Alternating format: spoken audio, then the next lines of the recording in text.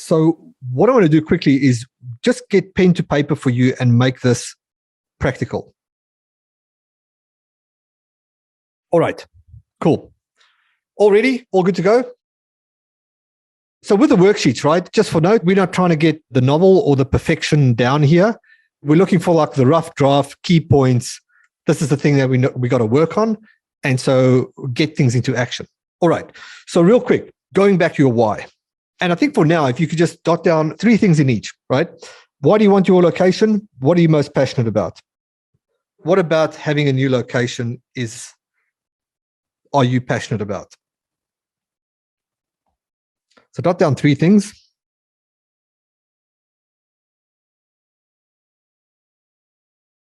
George, can we just make that about our current location as well? Like how we say we want to, change our current location in what we're doing? Yeah, perfect. So just adapt this to how this applies to your situation. If a new location is not on the cards, in the next 6 months, year, or, just near horizon, then just have a reflection and think, all right, well, how does this apply to my business? Because if we just dot it down, and even if we're in motion, and obviously we're passionate about martial arts and things like that, but going through the process is going to help us to find more things that you can optimize for your business in the process. Cool. So 3 things you're passionate about. What's your business decision and motivation? So what are you motivated about doing this for?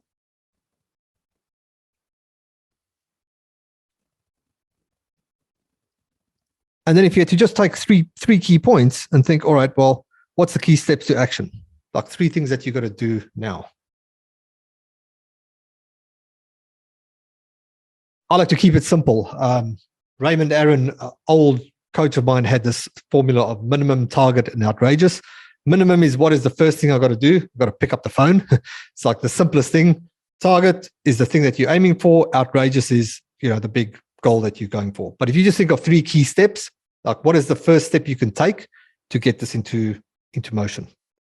And if you got your 9 things down, 3, 3, 3, just give me a thumbs up in the screen.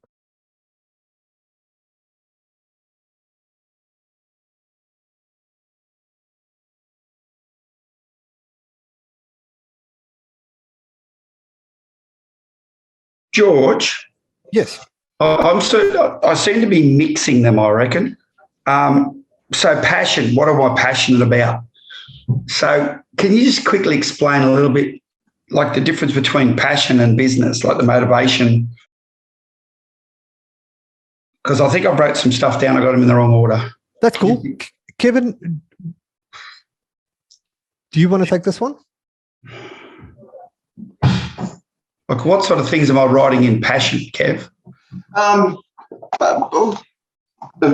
Pretty much how you feel about teaching martial arts, Linz. Just like what makes you feel good. And for me, you're helping people be successful in life, and I'm passionate about seeing people develop and grow into becoming great human beings and contributing to society. Just that sort of that's what we mean there. Not are you passionate about getting a new Lamborghini? That honestly, when I wrote this stuff down, that wasn't even on nothing. There was nothing in there that was actually touchable, Yeah. But I mean, at the end of the day, what's wrong with a Lambo? Yeah, nothing at all. My very good friend has some of those, and his son is here somewhere, I think. So yeah, nothing wrong with a Lambo at all. Right, perfect. How we go? Thumbs up if we're done.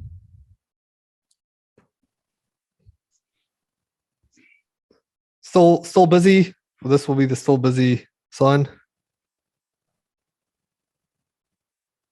All right, cool. Kind of just real quick, 30 seconds. So just dot a few things down. Now we're going fast through the worksheets, but I just want you to dot a few things down, get them down, and have a plan to revise.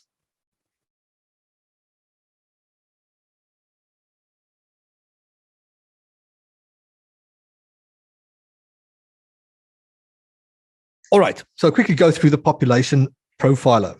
So this is just for you to take down a profile of what it is that you are looking for, or what have you found. So if you're looking at a place then how do we start profiling what we are looking at before we draw a concrete conclusion, right? So if you got town or suburb XYZ in mind, then what are we looking at? This I'm just going to brush over because obviously you're not going to have all this information now.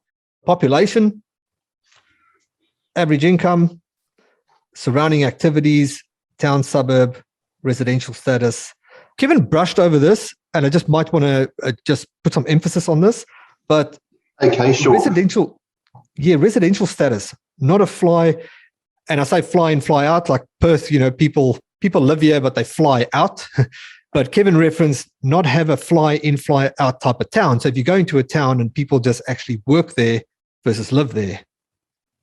Correct, Kevin? Yeah. So what that means is like they're not usually home during the evening when you run classes. If it's a lot of towns are like that in some locations, or also if you're in the city, if you're in your locations say we'll just use Sydney as a measure. We used to have a very small club about 30 years ago out in Western Sydney, and we had to run our classes way later than we did when we had one right in at North Sydney, because people had to travel so much further to get to that, get home and that sort of stuff. So that's just some of the things that you need to take in account for residential status. So but you'll know that if you're going to an area not far from where you are or within the next location. Does that make sense? So it's sort of like you need to, it's measurable about what time you'll have classes be and all that sort of stuff. So a lot of this information, I'm about to say, all this information is on the Bureau of Statistics. Shane, words were coming out of my mouth. Okay, so on the Bureau of Statistics, your local government area, your council has it as well. And I think in the US, the state legislator has all those statistical sort of things as well, where you can find information about average income, surrounding activities, town and suburb facilities, residential status, and that sort of stuff. So that's what I do. I collate that information that the licence holders are in.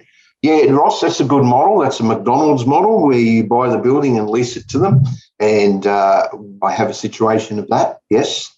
And that's if you can get yourself into that final, you won't be able to get that Lambo straight out. You have to wait on that if you buy a couple of buildings. But that is a good model as well, because it's a guarantee of dual income. So, yeah, good idea. Yeah, it works really well.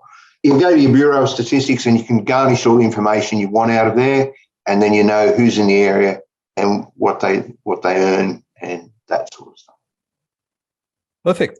And then last but not least, the return on investment milestone tracker. So we were looking at this model, 6 months to establish, 12 months for growth, 18 months to recoup. And the ROI milestone tracker is just for you to put pen to paper, right? We'll do another exercise later where we break it down to what you need for student numbers, right? But for this one, just looking at, all right, well, what is the monthly turnover that we're going for? So if you could just start here at the end here. And so this is a nice sort of paper to just have in front of you if you want to blow it up and make it bigger, go for it. It keeps it visual, right? So monthly turnover, that's the goal. And so now we can just backtrack it to exactly what it is that we need to do on a month-to-month basis. And that'll be your number that you could start with, right? So whatever this figure is, the monthly turnover goal, goes in here. And then at the end of the month, you can just dot down what was the actual. So you get your actual number, and that will adjust your goal for the next month. Right? Does that make sense? So if you think of, right, this is what I've got to do in 18 months. Well, that's sort of my goal of recouping. How do we backtrack the numbers and then keep on track with a goal? Any final questions on anything before we wrap up this session? I think I saw a couple pop up in the chat. Sure. I'm just going to go with the last one here quickly. Shane, what about other martial arts clubs near you? Sure. What exactly about? Do you want to clarify a bit, Shane, or you've got that, Kevin? What do you look at if you're looking at a new suburb or town in regards to other martial art clubs that are currently there? How do you differentiate which is small or big or yeah? Yeah. For example, we went to a location, there was a lot of full-time centres and, they seemed to have, I just drove past, seen lots of people coming and going. I thought it was, what I look at is, all right, I'm not going to, say you're on the other side of the street. I'm not going to plonk myself straight across the road from you because I'm attracting business to your business. But, however, I'm quite happy to put myself in the same town as someone that's really well established because they're always going to be a person who hasn't heard of martial arts in that town, may not particularly want to go to that martial arts studio for whatever reason, or you're going to have a market. You're talking about 1%. The 1.5% in 10,000, you go to a population of, 100,000, you're talking about 0.15%. So you're going to have people that will come to you. But you don't want to plonk yourself. Yeah, exactly. There's always room for another martial arts school. And look, we have, where we're at in my location at the moment, 2 other schools opened just recently, both up the street from us. Now, and they both got students, even though we're in the middle and been established for a long time and have a really good everything. It's just that, might be a handful of their friends and associates. So, you just got to go in there and be confident in your product and your service and the way that you're going to service your students, and you will develop and grow. I went to a location once in a small rural area, a bit small that I normally don't. Guy was very aggressive and he said, this place isn't big enough for 2 of us. Sound like some really bad spaghetti western. Anyway, he was right. He closed down within 8 months. So he'd been there for 20 years. Second part of that is, who does all of the legwork? So when you said you were checking out the local martial art club, if I'm going to set it up as under me, I'm going to run it. I do all the work. If it's someone that one of my guys is going to set up, I'll go with them to the location and spend time with them, and we'll go through the checklist together. And then I'll show you. Then I'll also get them to collate a lot of information for me and send that to me to analyse it to help them. That's part of the licence fee. That's part of the process of why they're in our organisation. So, yep. Right, perfect. So just want to quickly wrap up 2 more things in this session, and then Adam, I'll get back to you in just a minute. So last but not least for this, your next location, I think Kevin has clarified, what the ultimate choice is, but just jot down, what is your choice? How are you going to go about this? Are you going to be a partner? Have you got someone that wants to invest? Obviously tread with caution with any of these. Owner, operator, or license agreement. So just jot down, what are you doing for your next location?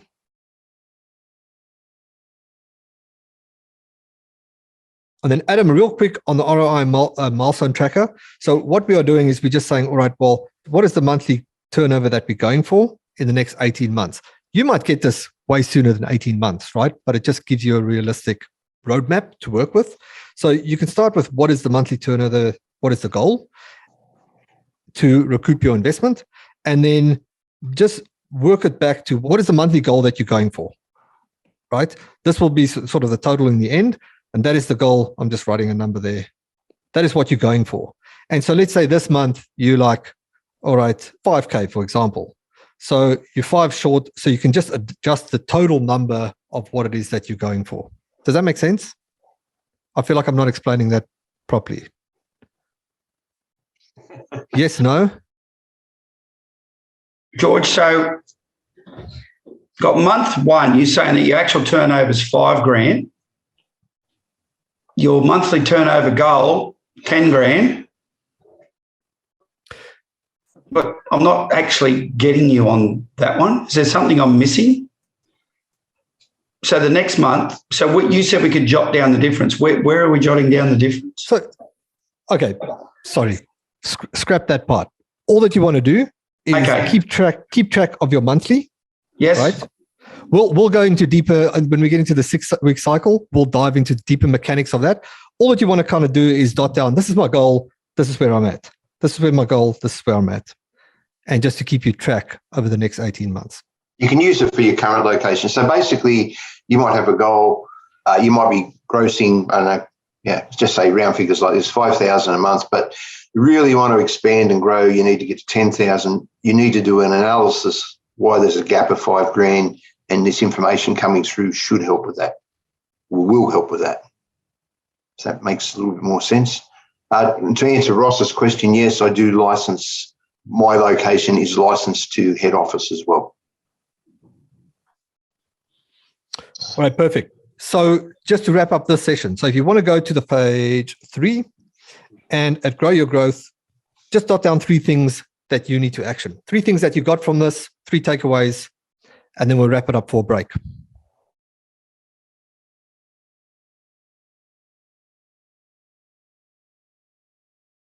Let's take a 10-minute break now, and I'll catch you back in 10 minutes. Perfect.